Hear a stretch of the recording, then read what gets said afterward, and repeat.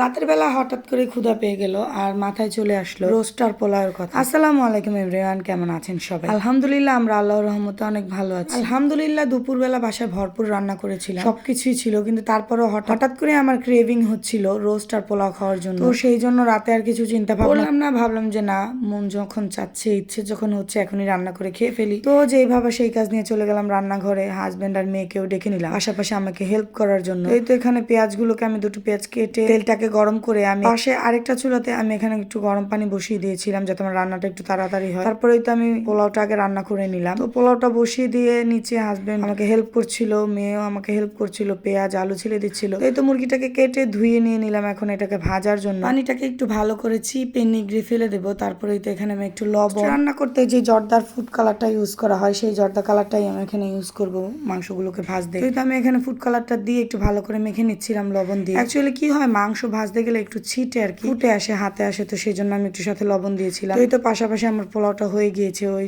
আরেক চুলাতে। এটাকে আমি অন্য চুলাতে শিফট করে দেওয়ার পর আরেকটা চুলাতে সামনের যে বার্নারটা থাকে সেটার মধ্যে আমি একটু তেল দিয়ে চুলাটাকে এখন আমি বাড়িয়ে দিয়ে তেলটাকে গরম করে নিব, হিট করে নেব। তো এই তো তারপর একে একে আমি সব মাংসগুলোকে ছেড়ে দেবো। মাংসগুলোকে একটু কড়া তেলে আমি ভাজতেছিলাম যাতে মাংসগুলো একটু তাড়াতাড়ি ভাজা হয়। বললাম তো রাতের খিদা, তো হঠাৎ করে প্ল্যান করে রান্না করা হয়েছে, তো খিদাও লেগে গিয়েছিল। তারপরেই তো আমার পোলাওটা হয়ে গিয়েছিল, আমি ওটাকে নামিয়ে নিয়েছিলাম। রোস্টের জন্য একটু গরম পানি বসিয়ে দিয়েছিলাম। তারপরেই তো এখান থেকে আমি পেঁয়াজ বাটা দিয়ে দিয়েছি। পেঁয়াজ অবশ্য ওই সময় ব্লেন্ড করে নিয়েছিলাম, তো পেঁয়াজ ব্লেন্ড করে দিয়েছিলাম, আদা রসুন দিয়েছিলাম। তারপরে তো আদা রসুন দিয়ে এগুলোকে খুব ভালো করে ভাজা ভাজা করছিলাম। তারপর এখানে বাদাম, কাঠবাদাম, কাজু বাদাম, কিশমিশ, তারপরেই তো পোস্ত দানা, জায়ফল, জয়ত্রী, তো এই সবগুলো আইটেম দিয়ে আমি এগুলোকে আরেকবার ব্লেন্ড করে আনিয়েছিলাম আমার হাজবেন্ডকে দিয়ে। সেগুলোকে দেওয়ার পর একটু মশলাটাকে একটু ভালো করে মিক্স করে নেব তেল উঠে যাওয়া পর্যন্ত। তো তারপরেই তো আমার ঘরে তখন সস ছিল না, হঠাৎ করে আমার সস শেষ হয়ে গেছে, বাচ্চারা বিকেলে খেয়ে শেষ করে ফেলেছিল। তারপরে তো হাজবেন্ড দোকান থেকে 5টা সস আনিয়েছিলাম, তো সেই সসগুলোকেও দিয়ে দিলাম আর সাথে দিয়ে দিলাম একটু টেস্টিং সল্ট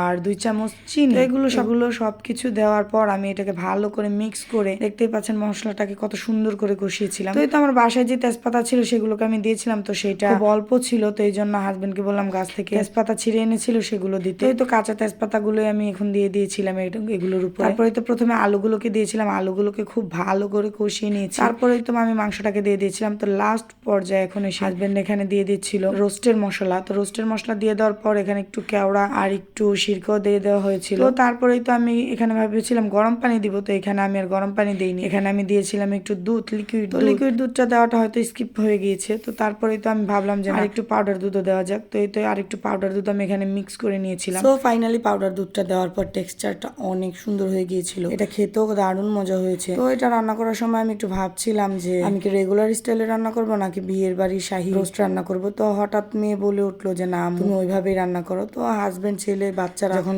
ওইরকম ভাবে খেতে চেয়েছিল, তা আমারও সেরকম ভাবে খাওয়ার ইচ্ছা হচ্ছিল, এই জন্য একটু ওইরকম স্টাইলেই রান্না করার চেষ্টা করলাম। তো আলহামদুলিল্লাহ খেতে অনেক মজা হয়েছিল। তো তারপরে তো রান্না বান্না শেষ করে এগুলোকে আমি টেবিলে নিয়ে গেলাম। আজকে আর আমি আলাদা কোনো বোলে বা বাটিতে বা সার্ভিং কোনো ডিশে আমি এগুলোকে সার্ভ করিনি। আমি যে হাঁড়ি পাতিল ছিল সেগুলো ডিরেক্টলি নিয়ে গিয়েছিলাম আর তাড়াহুড়ো করে খেতে বসে পড়েছিলাম। আর এই তো আপনাদেরকে দেখালাম আমার দুপুরেরই রান্না বান্না করা ছিল, সেগুলো আর কেউ ধরেনি, বিশ্বাস করেন, ওগুলো কেউ ছুঁয়েও দেখে। ওগুলো আবার আমার রিটার্ন বা ছোট বাটিতে ট্রান্সফার করে ফ্রিজে রেখে দিতে হয়েছে। রোস্টার পোলাও দিয়ে সবাই খেয়েছে। তো তারপরেই তো আমি হাজবেন্ডকে বেড়ে দিচ্ছিলাম আর নিজেদের জন্য বাড়ছিলাম। তো এখানে রান্নাটা আসলে নিজের রান্না, তো কিছু বলার নেই, কিন্তু খেতে আসলেই আলহামদুলিল্লাহ।